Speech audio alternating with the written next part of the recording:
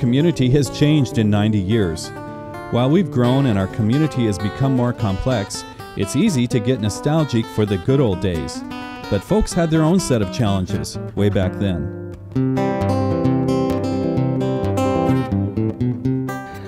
Well, in the early days, we knew practically everybody. In fact, we knew everybody in the valley, and we knew a large part of the people in Gig Harbor. It was quite simple in those days. We very seldom went anywhere, and there were very few automobiles in those days. Probably about 50-50 horse and buggy and automobiles. Every morning and evening we had to help milk the cows, and we had to clean the chicken houses, which is a job that we didn't like at all. We had about 200 feet of chicken house, and we had to provide lighting for the chickens during the winter months.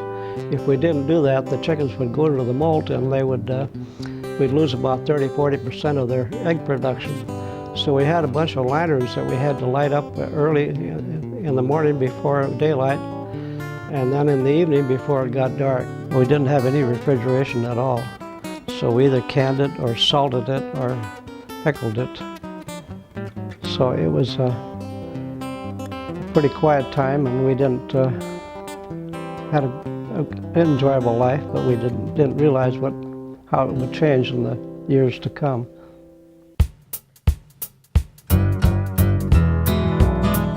Muscle power, and we all learned how to use it, especially on the farm.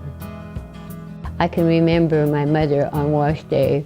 We had this old-fashioned washing machine. Oh, they had scrub board too, for the wheelie soil things, but we had the old-fashioned washing machine. And then we had a churn that we had to, make butter, or a pump to get the water. We girls had to use a hoe, a lot of things in the garden. We worked hard. All summer long we picked berries, raspberries, loganberries, gooseberries, strawberries, blackberries, everything. We learned our wardrobe. How did we sew without electricity? With a treadle machine, and of course by hand. I can remember at night after working all day, she would sew, and I don't know how she had the strength to do it, but she was remarkable.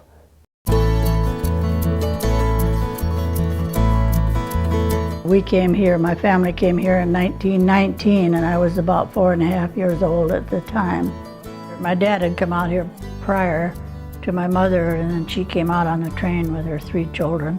And we took a boat from Tacoma to Gig Harbor and landed up at the head of the bay.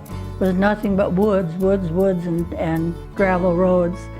And we walked up the hill to the house that we were going to occupy, which was very primitive. I really want to say that it didn't bother us kids that we had no lights.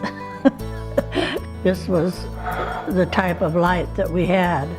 My mother had to clean the chimney every day and change the wick and fill the bowl down here.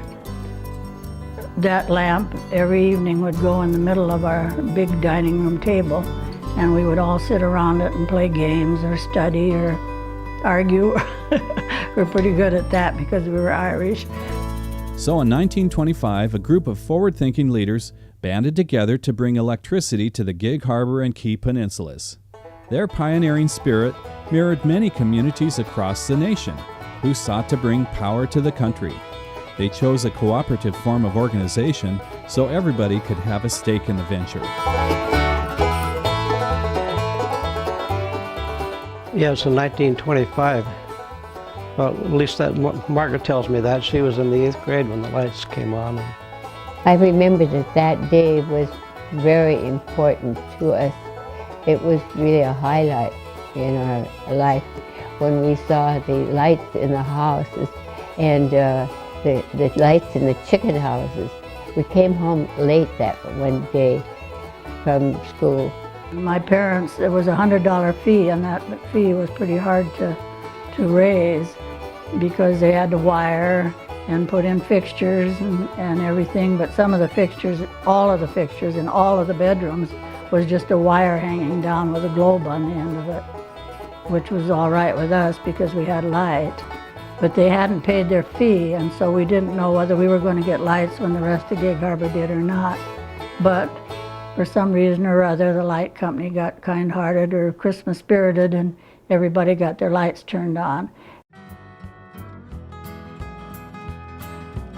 I think Peninsula Light is marvelous because when you think of how it started with a few men that were interested. It's always been a good neighbor, and it's always been helpful to their customers, and that was their main objective, to provide good service, and they have done so, I think, over the years, very much so. I think it's been wonderful, and it's certainly grown, and I kind of regret at one time that I could have worked for them. People really earn their money because when the lights go out, workmen are out there in all kinds of weather. So anyway.